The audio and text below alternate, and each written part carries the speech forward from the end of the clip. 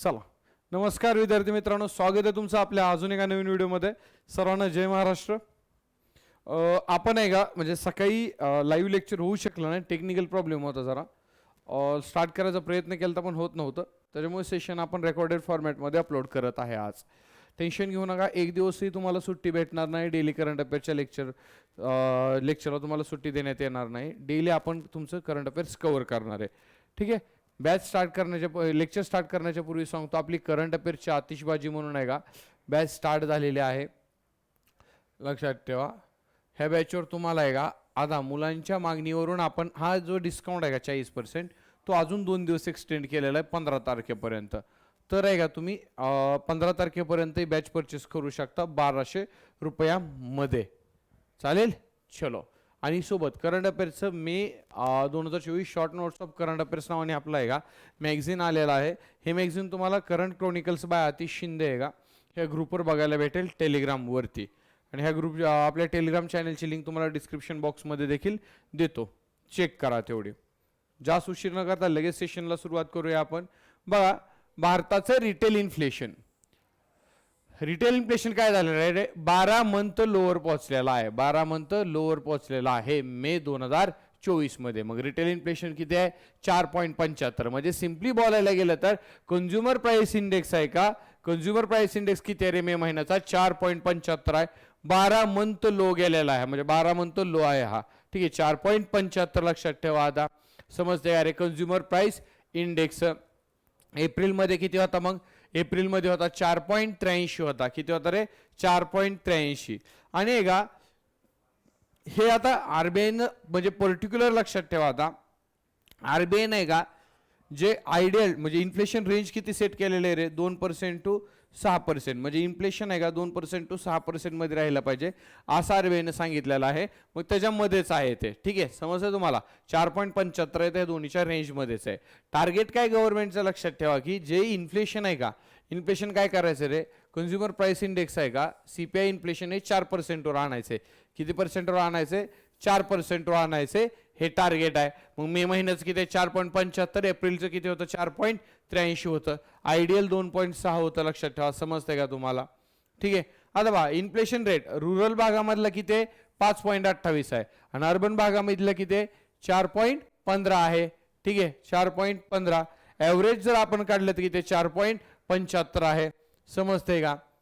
आता तुमच्यातले खूप सारे लोक म्हणतील की मास्तर, हे पहिल्यांदा तुम्ही सांगितलं retail inflation, consumer price index, नेमकं हे मॅटर काय आम्हाला सांगा. ह्याच्यासोबत होलसेल प्राइस इंडेक्स पण असतो, हे मॅटर काय बघा. आता तुम्हाला सिंपल भाषेमध्ये सांगतो, कंझ्युमर प्राइस इंडेक्स म्हणजे काय आणि होलसेल प्राइस इंडेक्स म्हणजे काय, ह्यांच्यामधला डिफरन्स म्हणजे लगेच तुमच्या लक्षात येईल. बा, कंझ्युमर प्राइस इंडेक्स म्हणजे काय असतो माहिती आहे का, असं पहिल्यांदा लक्षात ठेवा.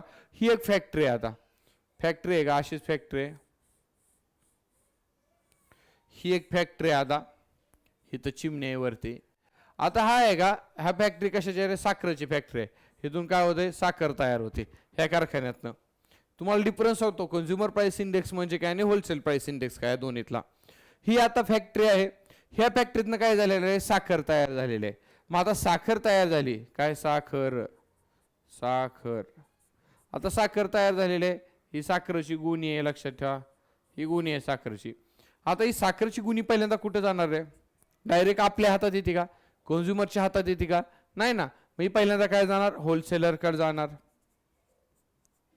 होलसेलर. पुन्हा होलसेलर कडून कुठे येणार, रिटेलरकडे येणार, रिटेलर कडून नंतर कुठे येणार, आता लक्षात ठेवा. आता म्हणजे पहिल्यांदा गोडाऊन मध्ये येणार, ही गोडाऊन मध्ये, पुन्हा होलसेलर, पुन्हा रिटेलर, फायनल आपण मग कंझ्युमर. जर बेसिक बघायला गेलो तर हे असं असतं, ठीक आहे, असा प्रवास असतो.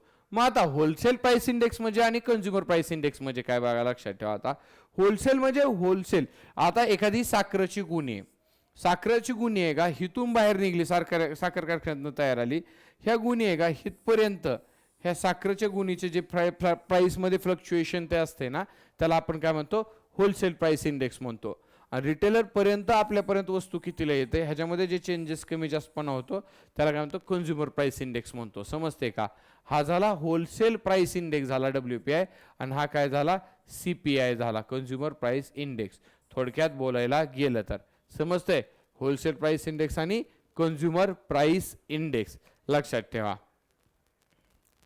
होलसेल प्राइस इंडेक्स आणि कन्झ्युमर प्राइस इंडेक्स. साध्या भाषेत सांगायला गेलं तर आता साखर हिथून तयार झालेले ही पहिल्यांदा होलसेलर रिटेलर कर. लेट सपोज की 100 रुपये किलोला भेटत होते, आता ते 110 रुपयाला झालेले आहे. म्हणजे 10 रुपयाने काय झालेलं आहे होलसेल प्राइस इंडेक्स. म्हणजे 10 आता 100च्या 10 काय रे 10%, 10%नी होलसेल प्राइस इंडेक्स काय झालेला आहे वाढलेला आहे आपण असं म्हणतो. सेम तसं कन्झ्युमर प्राइस इंडेक्स म्हणजे रिटेलर पासून कन्झ्युमर पर्यंत जो वस्तू येण्याचा प्रवास असतो त्याच्यामध्ये होणारे जे प्राइसचं फ्लक्च्युएशन असते त्याला आपण काय म्हणतो कन्झ्युमर प्राइस इंडेक्स म्हणतो. तो किती आहे सध्या 4.75 आहे, लक्षात ठेवा 4.75. समजलं असेल तुम्हाला, ठीक आहे, समजले का रे.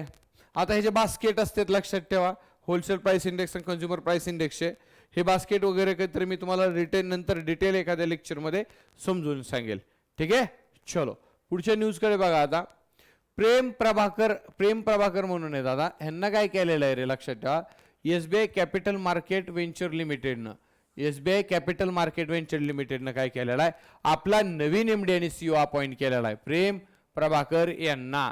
समजतंय का, एवढीच न्यूज आहे, जास्त डोकं नाही चालवायचं. SBI कॅपिटल मार्केट व्हेंचर लिमिटेडनं काय केलेलं आहे SBI बँकेचे एक पॅरेंट कंपनी आहे, सबसिडी म्हणू शकता तुम्ही. ह्यांनी काय केलेलं आहे रे जे प्रेम प्रभाकर आहेत ह्यांना MD CEO अपॉइंट केलेला आहे. MD अँड CEO अपॉइंट केलेला आहे आपलं नवीन. मग स्टेट बँक ऑफ इंडिया ह्याचे कोण आहेत चेअरमन दिनेश कुमार खर्रा. आणि टॅगलाईन काय banker to the every Indian tagline आहे, banker to the every Indian. हे इम्पॉर्टंट आहे. पुढे बघा आता हा इम्पॉर्टंट टॉपिक आहे. भारत आणि UAE काय केलेले माहिती का आता एक ग्राउंड ब्रेकिंग आहे का इनिशिएटिव्ह चालू केलेला आहे, इंट्रोड्यूस केलेला आहे. भारत आणि UAE मिळून एक इनिशिएटिव्ह इंट्रोड्यूस केलेला आहे. त्या इनिशिएटिव्हचं नाव काय local currency settlement system LCSS. Local currency settlement system, local currency settlement system लक्षात ठेवा. समजते का रे, लोकल करन्सी सेटलमेंट सिस्टीम हे इनिशिएटिव्ह लॉन्च केलेलं आहे. मग इनिशिएटिव्ह काय माहिती का लक्षात ठेवा. आता ह्याचं एम काय आहे इनिशिएटिव्हचं तर पहिल्यांदा ट्रान्सफॉर्म करायचे इकॉनॉमिक रिलेशन आहेत ना UAEचे आणि इंडियाचे त्यांना ट्रान्सफॉर्म करायचे. त्यासोबतच आता हे जे लोकल करन्सी सेटलमेंट सिस्टीम आहे का ही सिस्टीम काय करेल रे, ही सिस्टीम अलाउ करेल कशाला transaction between two nation to be conducted in their respective domestic currencies.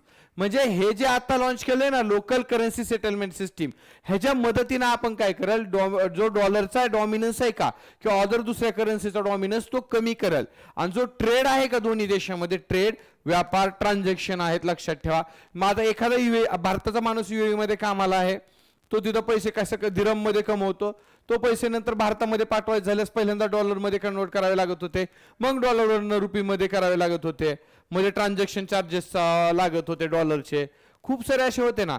आता हे जे ट्रान्झॅक्शन करण्यासाठी किंवा ट्रेड करण्यासाठी आहे का किंवा ट्रान्झॅक्शन आणि ट्रेड आहे का काय होणार आहेत आता दोन्ही कंट्रीच्या लोकल करन्सीमध्ये होणार आहेत. कशाच्या मदतीने लोकल करन्सी सेटलमेंट सिस्टीमच्या मदतीनं भारताच्या इंडियन रुपये आणि UAEच्या दिरम मध्ये लक्षात ठेवा. आणि आपण काय करणार आहे जो रेझिलन्स होता आपला डॉलरवरला तो आहे का कमी होईल आहे ना, ठीक आहे समज आहे कमी होईल. आणि दोन्ही आता लोकल करन्सी सेटलमेंट सिस्टीममुळे दोन्ही कंट्री आपापल्या देशाच्या लोकल करन्सीमध्ये ट्रान्झॅक्शन करू शकतील. हा फायदा आहे त्याचा लक्षात ठेवा. UAE आणि भारत आपला समजतंय का रे. पुढे बघा आता आणि समजत असेल तर लाईक करा सेशनला. आणि आज संध्याकाळी 7 वाजता आपलं काय आहे रे आपलं ॲग्रिकल्चर गव्हर्नमेंट स्कीमचा पार्ट 3 आहे, बघायला विसरू नका. समजते आज 3 गव्हर्नमेंट स्कीम आपण कव्हर करणार आहे, येणाऱ्या एक्झामसाठी तुम्हाला त्या उपयुक्त ठरणार आहेत. त्याच्यामुळे न चुकता सर्वांनी त्या स्कीम काय करायच्या त्या बघायच्या आहेत. सोबत 5:30 वाजता ग्रुप डिस्कशन असते. मे महिन्याचं ग्रुप डिस्कशन आपण इथं स्टार्ट केलेलं आहे. ते ग्रुप डिस्कशन देखील ज्यांना शक्य असेल त्यांनी येऊ शकता 5:30 वाजता इथं. भलेही तो संकल्प एज्युकेशनचा विद्यार्थी नसेल तरी चालून जाईल, काही प्रॉब्लेम नाही, ठीक आहे. पुन्हा त्याच्यानंतर आपलं हे आपलं आहे का संध्याकाळी 9 वाजता current chronicles by Atish Shinde ह्या चॅनलवर आहे का जे डेली करंट अफेअर्स होते का त्याच्या क्विज असते टेलिग्रामवर संध्याकाळी 9 वाजता. त्या क्विज देत चला जरा. क्विज चालू होऊन 2-3 महिने झाले, जवळजवळ 3 महिने तरी तुम्ही क्विज देत नाहीत. फ्री ऑफ कॉस्टमध्ये क्विज तुम्हाला देता येते टेलिग्रामला.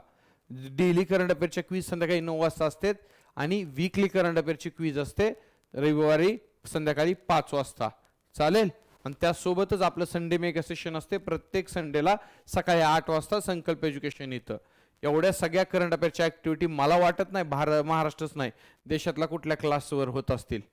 तुमची एवढी मेहनत करून घेतली जाते, तुमच्या पार्टिसिपेशनची गरज आहे. चला नेक्स्ट बघा आता काय रे, भारताची रँक आहे का 129वी आहे. भारताची रँक किती आहे 129वी. कशामध्ये रे, ग्लोबल जेंडर गॅप इंडेक्स. आता रिसेंटली वर्ल्ड इकॉनॉमिक फोरमने काय केलेलं आहे, एक ग्लोबल जेंडर गॅप इंडेक्स काढलेला आहे. कुणी रे, वर्ल्ड इकॉनॉमिक फोरमने. मग ह्याच्यामध्ये सांगितलेलं काय माहिती का त्यांनी, आता भारताची रँक ही 129 आहे. कितीमध्ये रे, टोटल 146 देशामध्ये 129 रँक आहे तो. आणि भारताची रँक 2023 साली किती होती, 127 होती. 2 जागेनं घसरण झालेले जेंडर गॅप इंडेक्स मध्ये, जो की वर्ल्ड इकॉनॉमिक फोरम काढते. आणि भारत आता 129व्या प्लेसला आलेला आहे 146 देशामध्ये. समजतंय का रे तुम्हाला आता मॅटर बा. मग ह्याच्यामध्ये आहे का टॉपची कंट्री कोट आहे जिथं आहे का जेंडरचं डिस्क्रिमिनेशन होत नाही, फिमेल मेल ह्या असं. टॉपला आहे आईसलँड, टॉपला आहे लक्षात ठेवा. त्याच्यानंतर आपण बघितलं तर आहे का म्हणजे सगळ्यात जेंडर इक्वल कंट्री आहे जगातली आईसलँड. 2 नंबर फिनलँड आहे, 3rd नंबर नॉर्वे आहे. कोण आहे 3rd नंबर, नॉर्वे. आणि सगळ्यात लास्टला बघितलं तर लास्टला कोण आहे रे, सुदान नावाची कंट्री आहे. लास्टला सुदान नावाची कंट्री आहे. पाकिस्तान 146व्या नंबरचा, ही 145व्या नंबरचा देश आहे पाकिस्तान. आणि सुदान 146वा लास्ट देश आहे. लक्षात येते का तुमच्या. आणि वर्ल्ड इकॉनॉमिक फोरम हा जेंडर गॅप इंडेक्स काढलेला आहे. किती डिस्क्रिमिनेशन आहे त्या देशामध्ये हे शो करत आहे इंडेक्सद्वारे, महिलांमध्ये आणि माणसांमध्ये.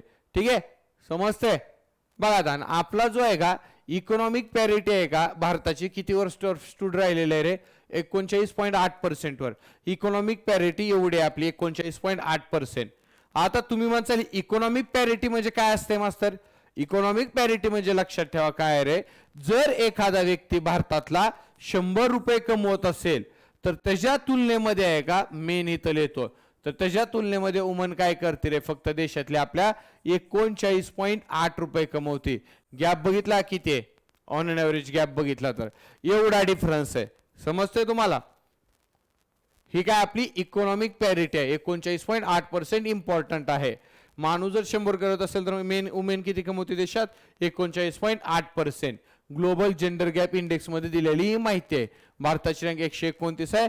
Global gender gap index release कोण करतंय, वर्ल्ड इकॉनॉमिक फोरम काय करते, हा रँक रे रिलीज करते. लक्षात असू द्या, महत्वाचं आहे. पण पुढे बघा आता, हा 15 तारखेपर्यंत व्हॅलिडिटी वाढवलेली आहे आपल्या आतिषबाजीची. डिटेलमध्ये बँकिंग फायनान्शियल अवेअरनेस तुमचे 30+ लेक्चर होतील इथं.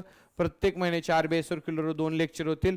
गव्हर्नमेंट स्कीम जर तुम्ही बघायला गेलाय ना तर गव्हर्नमेंट स्कीमचे आहे का एक 75च्या आसपास गव्हर्नमेंट स्कीम आहेत. मंथली करंट अफेअर्स तुमचं कव्हर केलं जातं अशाच पद्धतीने मी जसं शिकवतोय तसं. आणि करंट अफेअर झाल्यानंतर लक्षात ठेवा काय रे, की ह्याच्यावर तुम्हाला टेलिग्रामला 400 ते 500 MCQ चे प्रॅक्टिसला MCQ दिले जातात. ही मंथली मॅगझिन भेटते, सोबत स्टॅटिक GK, नॅशनल पार्क वगैरे सगळ्या गोष्टी तुमच्या क्रिस्टल क्लिअर होतील. आणि एवढ्या सगळ्या गोष्टी तुम्हाला एका बॅचमध्ये भेटणार आहेत. त्याची फी किती आहे, 1200 रुपये फक्त. कुपन कोड वापरायचा संकल्प 11. का, आपल्या संकल्प एज्युकेशनला 11 वर्ष पूर्ण झाल्यामुळे आपण 40% सूट दिलेली आहे. 13 तारखेपर्यंत सूट होती पण मुदत वाढवलेली आहे. आता आपण 15 तारखेपर्यंत ऑफर देतोय. किती रे, 15 तारखेपर्यंत. लक्षात असू द्या. पुढे बघा आता G7 समिट. G7 म्हणलं मागाशी. G7 समिटला PM मोदी हा रवाना झालेले आहेत 13 तारखेला. ठीक आहे. आणि ही त्यांची पहिली फॉरेन ट्रिप आहे. केव्हापासून रे, जेव्हापासून जे आता 3rd टर्म प्राईम मिनिस्टर झालेले आहेत मोदी, तेव्हापासून ही त्यांची पहिली फॉरेन ट्रिप आहे. कुठे गेलेले आहेत रे ते, G7 ची जी 50वी मीटिंग होती ती 50वी मीटिंग काय करायला गेलेले आहेत रे, अटेंड करायला गेलेले आहेत. 50वी मीटिंग समजतंय का, अटेंड करायला गेले आहेत. जी 49वी मीटिंग होती मग ती कुठं झालेली आहे, 49वी मीटिंग झालेली आहे जपान इथं. 50वी कुठं आहे आता, इटली इथं. आणि 51वी कुठं होणार रे, कॅनडाला होणार. 51वी मीटिंग कुठं होणार आहे, कॅनडा. 49th मीटिंग कुठं झालेली आहे G7 ची, जपानला. 50वी कुठं झालेली आता, इटली. आणि 51वी कुठं आहे, कॅनडा. लक्षात ठेवा. समजतंय. चला, कॅनडाला 51वी मीटिंग आहे ही लक्षात ठेवा, इम्पॉर्टंट आहे. 50 इटली, 49 जपान. मग आता PM नरेंद्र मोदी ही 50वी G20 लीडरची जी समिट आहे का इटली इथं ऑर्गनाईज करण्यात आली होती त्याला हजर राहण्यासाठी गेलेले आहेत. इटलीचे अध्यक्ष कोण आहेत? इटलीच्या जॉर्जिया मेलोनी, आपल्याला माहित असतील इटलीच्या जॉर्जिया मेलोनी. ठीक आहे, समजते का रे? मग आता नेक्स्ट आपण काय, आणि पहिली अब्रॉड ट्रिप आहे प्राईम मिनिस्टर नरेंद्र मोदीची. ठीक आहे, तिथे गेलेले आहेत ते आता. आणि G7 कंट्री, मग किती कंट्री आहे टोटल G7 मध्ये? 7 कंट्रीज आहेत. तिथं नावं बघू शकता. पण हे नावं कसे लक्षात ठेवायची ह्याची एक ट्रिक आहे. मी ह्याच्या अगोदर पण तुम्हाला ट्रिक सांगितलेली आणि आता पण सांगतोय. काय ट्रिक आहे रे? युकेने जर्मनीचा ज्यूस काढलाय. जर्मनीचा ज्यूस काढलाय बघा. मग UK, Germany, Japan, USA, Italy, Canada आणि ई वरनं काय लक्षात ठेवायचे? फ्रान्स लक्षात ठेवायचे. फ्रान्स समजते का? Japan, USA, US, Italy, Canada आणि फ्रान्स. ई म्हणजे काय रे? फ्रान्स. त्याच तुम्हाला इथे कंट्री दिसतील. आणि ह्याच्यात एक देश ऍड केला G7 मध्ये, काय रे? रशिया. ऍड केला की हे काय झाले? G8 देशांचा ग्रुप झाला. समजतंय का? G8 देशांचा हा ग्रुप झाला. लक्षात असू द्या. अमेरिकेचे जो बायडन. ठीक आहे, मला कॅनडाचे अध्यक्ष कोण आहेत ते कमेंट करून सांगा तुम्ही लेक्चर नंतर. त्यानंतर इटलीचे सांगितले जॉर्जिया मेलोनी. जर्मनीचे प्रेसिडेंट प्राईम मिनिस्टर नसतात, चान्सलर असतात. जर्मनीचे चान्सलर कोण आहेत? ओलाफ स्कोल्स जर्मनीचे चान्सलर आहेत. जपानचे फुमियो किशिदा, फ्रान्सचे इमॅन्युएल मॅक्रॉन आणि युनायटेड किंगडमचे UKचे ऋषी सुनक आहेत. ऋषी सुनक. रिसेंटली कॅनडा चर्चेत आहे बघा, लक्षात ठेवा. मला कॅनडाचे अध्यक्ष कोण आहेत ते कमेंट करून सांगा सगळ्यांनी. ठीक आहे, लेक्चर झाल्यानंतर समजलं. USA Joe Biden, UKचे Rishi Sunak, फ्रान्सचे इमॅन्युएल मॅक्रॉन, इटलीचे कोण आहेत? जॉर्जिया मेलोनी, जर्मनीचे कोण आहेत रे? ओलाफ स्कोल्स आणि जपानचे फुमियो किशिदा अध्यक्ष आहेत. Fumio Kishida. समजते का? मला कॅनडाचे तुम्ही सांगा. न्यूज झालेले. पुढची न्यूज आहे ब्रिक्सची. बघा इंडियाने काय केलेलं आहे आता ब्रिक्स मध्ये का पहिले टोटल 5 देश होते, बरोबर आहे? ब्रिक्स मध्ये किती देश होते? 5 देश होते.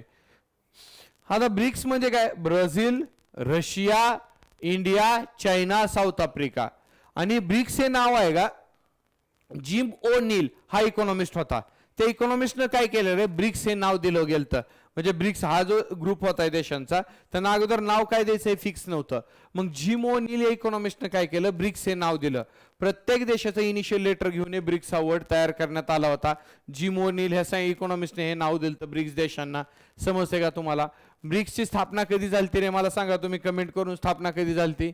बघा आता भारताने काय केलेलं आहे, जे ब्रिक्स मध्ये पहिले 5 देश होते आता अजून 5 देश ऍड झालेले आहेत. Egypt, Iran, UAE, Saudi Arabia, Ethiopia. मग ह्यांचं स्वागत केलेलं आहे भारताने. भारत काय म्हणलं की भारत तुमचं वेलकम करतंय, स्वागत करतंय इंडिया तुमचा. आम्ही ओपन हाताने तुम्ही ब्रिक्सला जॉईन करू शकता. मग आता ब्रिक्स मध्ये टोटल 5 देश पहिले होते ना, आता हे 5 टोटल किती देश झालेले आहेत? 10 देश झालेले आहेत. ह्यांची नावं विसरायची नाहीत, तुम्हाला विचारलं जाऊ शकतंय. मग कुठले कुठले देश आहेत ब्रिक्स मध्ये? इजिप्त आहे काय, इराण, UAE, सौदी अरेबिया आणि इथिओपिया हे देश काय झालेले आहेत? ऍड झालेले आहेत. Egypt, Iran, UAE, Saudi Arabia आणि इथिओपिया. समजते का? Egypt, Iran, UAE, Saudi Arabia आणि इथिओपिया हे नवीन 5 देश काय झालेले आहेत? ब्रिक्स मध्ये आलेले आहेत. पहिले 5 देश ब्राझील, रशिया, इंडिया, चायना आणि साऊथ आफ्रिका होते. साऊथ आफ्रिका ह्या 5 जणांच्या अगोदरचा सगळ्यात न्यूएस्ट मेंबर आहे. 2010 साली ब्रिक्स मध्ये तो जॉईन झालता. लक्षात ठेवा. त्याच्याच आसपास ब्रिक्सची स्थापना आहे. मला तुम्ही ब्रिक्सची स्थापना पण कधी झाली हे कमेंट करून सांगायचंय. बघा आता ब्रिक्स आहे का टोटल 45% आहे का वर्ल्डची पॉप्युलेशन काय आहे रे? ब्रिक्स मध्येच आहे. म्हणजे ब्रिक्स मध्ये जेवढे देश आहेत ना ते देश काय करतात? जगातली 45 पॉप्युलेशन आहे का तेवढी त्यांच्याजवळ आहे, ते होल्ड करतात. इंडिया आणि चायना त्याच्यामध्ये सगळ्यात जास्त वाटा शेअर करतात. पुन्हा बघितलं तर आहे का 3rd of global GDP. Global GDPच्या 1/3 भाग या देशांकडे आहे. 1/3 भाग हे देशाकडे आहे.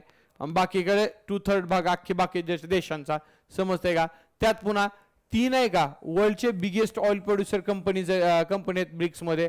सौदी अरेबिया, UAE आणि इराण हे आहेत. बघा किती मोठं ब्रिक्स ग्रुप आहे का तुम्हाला लिहून देतो. युरोपियन देशाची मक्तेदारी जर मोडून कोण काढणार असेल ना भविष्यात तर ब्रिक्सच काढणार आहे. युरोपियन देशांना काउंटर कोण करणार असेल तर कोण करणार आहे, ब्रिक्स हा ग्रुपच करेल. ठीक आहे, चलो नेक्स्ट बघा पुढे. आता 8व्या एडिशनची भारत आणि जपानमध्ये एक मरीटाईम एक्सरसाइज झालेली आहे. त्या मरीटाईम म्हणजे पाण्यातली एक्सरसाइज झालेली आहे. त्या एक्सरसाइजचं नाव काय, जिम्मेक्स. हे आता जपान आणि आपल्यामध्ये झालेले आहे जिम्मेक्स मरीटाईम एक्सरसाइज. कुठे रे, योकोसुका जपान इथं, योकोसुका जपान इथं एक्सरसाइज झालेले आहे. इंडिया आणि जपान मध्ये. भारताची INS शिवालिक एक्सरसाइज मध्ये भाग घेतलाय. कोणी रे, INS शिवालिकनं भाग घेतलेला आहे. आणि जपानच्या युगिरीनं भाग घेतलेला आहे. INS शिवालिक आणि जपानची युगिरी ह्या दोघांनी काय केलेला एक्सरसाइज मध्ये भाग घेतलेला आहे. इंडिया आणि जपान जिम्मेक्स नावाची एक्सरसाइज झालेली आहे जपानच्या योकोसुका इथं. आणि ॲडिशन किती होतं, 8वं. समजतंय. मग एक मरीटाईम एक्सरसाइज होती. ह्याच्यासोबत आपल्या जपान सोबत अजून एक्सरसाइज होत्या. त्या कुठल्या, वीर गार्डियन नावाने, वीर गार्डियन. आणि त्याच्यानंतर धर्म गार्डियन, धर्म गार्डियन. अशा काही आहे का एक्सरसाइज काय होतात रे जपान सोबत आपल्या होतात. आणि जपानचे अध्यक्ष तुम्हाला आत्ताच सांगितलेत मी कोण आहेत, फुमियो किशिदा. फुमियो किशिदा जपानचे अध्यक्ष आहेत. समजतंय का रे. पुढे बघा आता, रशिया आणि बेलारूस. रशिया आणि बेलारूस दोन देश आहेत. ह्यांनी काय केलेलं आहे, जास्त बघायची गरज नाही, वन लाईनर न्यूज आहेत. ही झाली, ही झाली. आणि तुम्हाला समजलं पाहिजे कुठली न्यूज आपल्याला डीप मध्ये बघायची आणि कुठली न्यूज वन लाईनर करायची. हे तुम्हाला ज्यावेळेस समजेल ना त्या टायमाला तुमचा करंट अफेअर्स मध्ये स्कोर येईल. खूप साऱ्या मुलांना कळतच नाही कुठल्या न्यूजला महत्व द्यायचं आणि कुठल्या न्यूजला महत्व द्यायचं नाही. ते अशा न्यूज तुम्हाला वन लाईनरच क्वेश्चन येणार आहेत. त्याच्यामुळे आपण पण वन लाईनर बघायचं. हे झालं, मागची न्यूज झालं. आता हे डीप मध्ये करायची गरज आहे म्हणून जरासं आपण डीप मध्ये सांगितलं. हे अजून जास्त डीप मध्ये होते म्हणून तुम्हाला सांगितलं मी. गरज आहे, जे गरज आहे ना तेच करायचं, फापट पसारा करत बसायचं नाहीये. पहा, रशिया आणि बेलारूस यांच्यामध्ये आहे का सेकंड फेज चालू झालेला आहे. कशाचा रे, टॅक्टिकल न्यूक्लिअर वेपन एक्सरसाइज. आता टॅक्टिकल न्यूक्लिअर वेपन एक्सरसाइज आहे का ही कंडक्ट झालेली आहे, म्हणजे सेकंड फेज स्टार्ट झालेला आहे रशिया आणि बेलारूस मध्ये. रशिया आणि बेलारूस मध्ये एवढंच लक्षात ठेवा, बाकी काय सुद्धा नाही.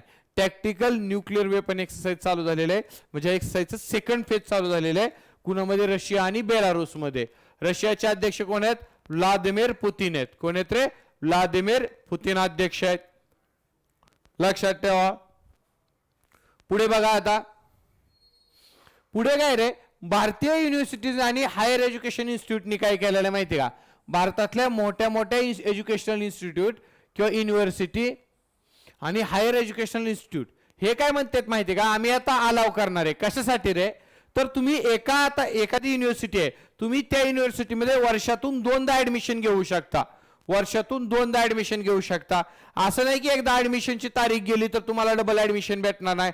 आता तुम्ही वर्षातून 2दा भारतीय युनिव्हर्सिटी आणि ज्या मोठ्या एज्युकेशनल इन्स्टिट्यूट आहेत तिथे ऍडमिशन घेऊ शकता. लक्षात ठेवा. जसं की आता आहे का फॉरेनच्या युनिव्हर्सिटीमध्ये होतं तसं लक्षात ठेवा. मग पहिल्यांदा तुम्ही ऍडमिशन कधी घेऊ शकता रे, लक्षात ठेवा, जुलै आणि ऑगस्ट मध्ये, पुन्हा जानेवारी आणि फेब्रुवारी मध्ये ऍडमिशन घेऊ शकता. हे 2 विंडो आहेत. पहिले एकदाच ऍडमिशन घेता येत होतं, आता 2दा. पहिल्या वेळेस नाही घेतलं तर दुसऱ्या वेळेस तुम्हाला घेता येणार आहे. पहिली वेळेस आहे जुलै आणि ऑगस्ट दरम्यान आणि जानेवारी आणि फेब्रुवारीच्या दरम्यान. दुसऱ्यांदा तुम्ही ऍडमिशन घेऊ शकता. आणि ह्याला परमिशन कोणी दिलेलं आहे रे, युनिव्हर्सिटी ग्रांट कमिशन, UGC न काय केलेलं आहे, परमिशन दिलेलं आहे. युनिव्हर्सिटी ग्रांट कमिशन काय केलेलं आहे, परमिशन दिलेलं आहे. मग युनिव्हर्सिटी ग्रांट कमिशनचे अध्यक्ष कोण आहेत रे, जगदीश कुमार आहेत. कोण आहेत अध्यक्ष, जगदीश कुमार अध्यक्ष आहेत, विसरू नका. कोण, जगदीश कुमार. समजतंय का, समजत असेल तर लाईक करा. चला आजच्या दिवसातलं short but sweet current affairs आपलं संपलेलं आहे. आपली आतिषबाजी ही स्टार्ट झालेली आहे. 15 तारखेपर्यंत तुम्हाला बॅच 1200ला भेटेल. नंतर ही बॅच तुम्हाला 2000ला घ्यावी लागेल. ठीक आहे. आज संध्याकाळी ॲग्रिकल्चरच्या स्कीमच्या लेक्चर करायला विसरू नका. टेलिग्रामवर संध्याकाळी 9 वाजता क्विज असते. डेली करंट अफेअरच्या क्विज देत चला, मॅगझिन वाचत चला. पुन्हा प्रत्येक संडेला 5 वाजता पण आपली क्विज असते, ती पण देत चला. चालेल. चलो भेटूया संध्याकाळी 7 वाजता. तोपर्यंत जय हिंद, जय महाराष्ट्र.